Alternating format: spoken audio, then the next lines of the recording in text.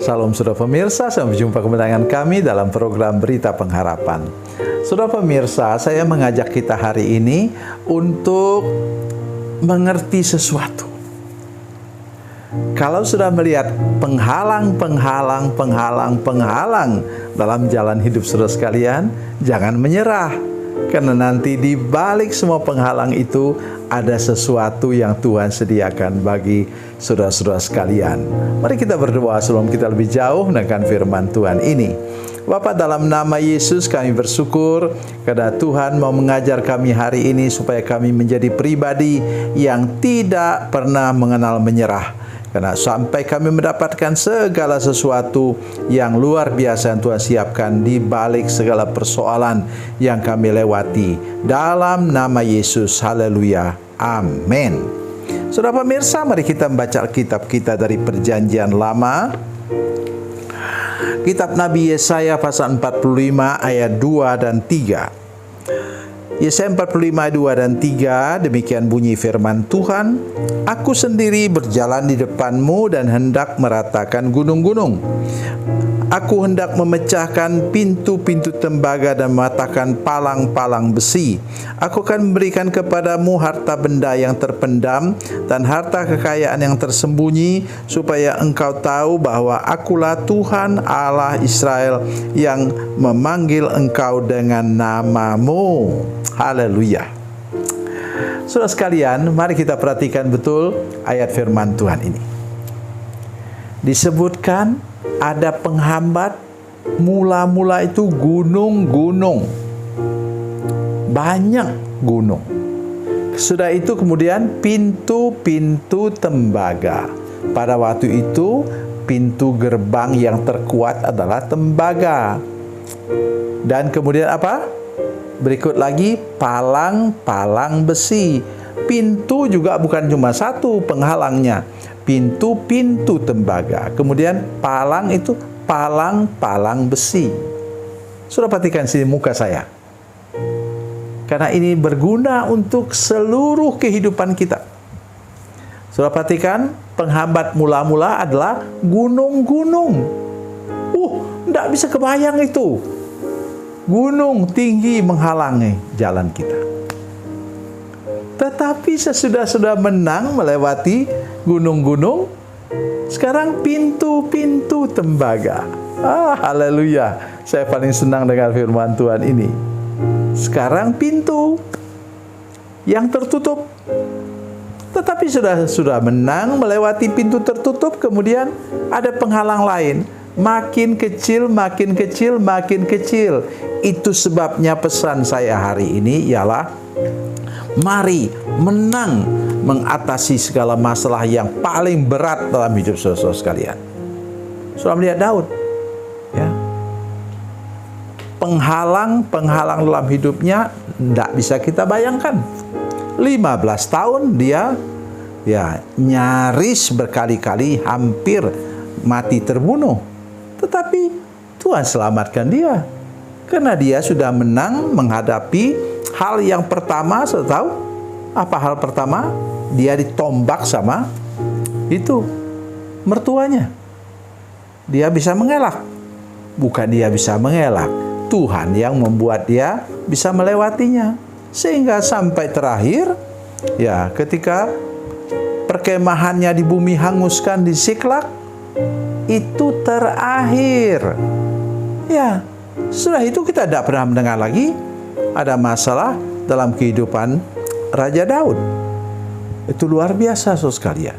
Jadi mari kita sekarang belajar dari firman Tuhan ini. Jangan pernah punya mental menyerah. Jangan. Teguhkan hati kita, kita percaya bahwa Tuhan sanggup untuk menolong kita. Karena Dia yang sudah berjanji. Nanti sebentar silakan baca dari Yesaya pasal 41 ayat 10. Jangan takut sebab aku menyertai engkau. Jangan bimbang sebab aku ini Allahmu. Aku akan memberikan engkau kemenangan dengan tangan kananku. Siapa tangan kanan Allah? Itulah Yesus Kristus. Karena sekarang Dia duduk di sebelah kanan Allah Bapa di surga. Oke, mari kita teruskan. Sesudah melewati itu, apa yang terjadi sekalian? Ini yang paling menggembirakan. Jadi mulai hari ini lihat tujuan Tuhan untuk kehidupan saudara sekalian.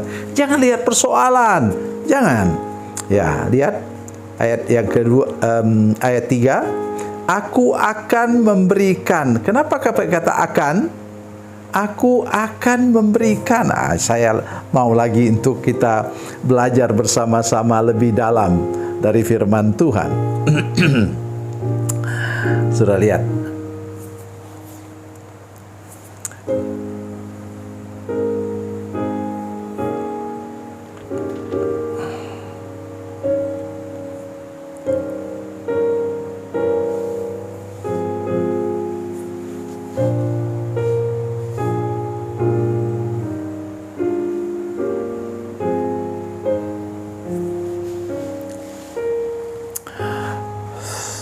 Kata firman Tuhan, I will give thee the treasure of darkness and hidden riches of sacred place.